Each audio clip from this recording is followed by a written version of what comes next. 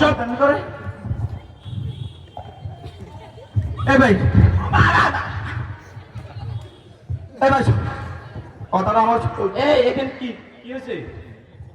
কথাটা আমার শোনেন মিয়া আমার তো শোনেন আরে মিয়া আমার কথা আমার কথা শুনুন একজন একজন করে বল কি হয়েছে? ভাই আমার কথাটা শোনেন ফিট ফিট ফিগুলিয়াতে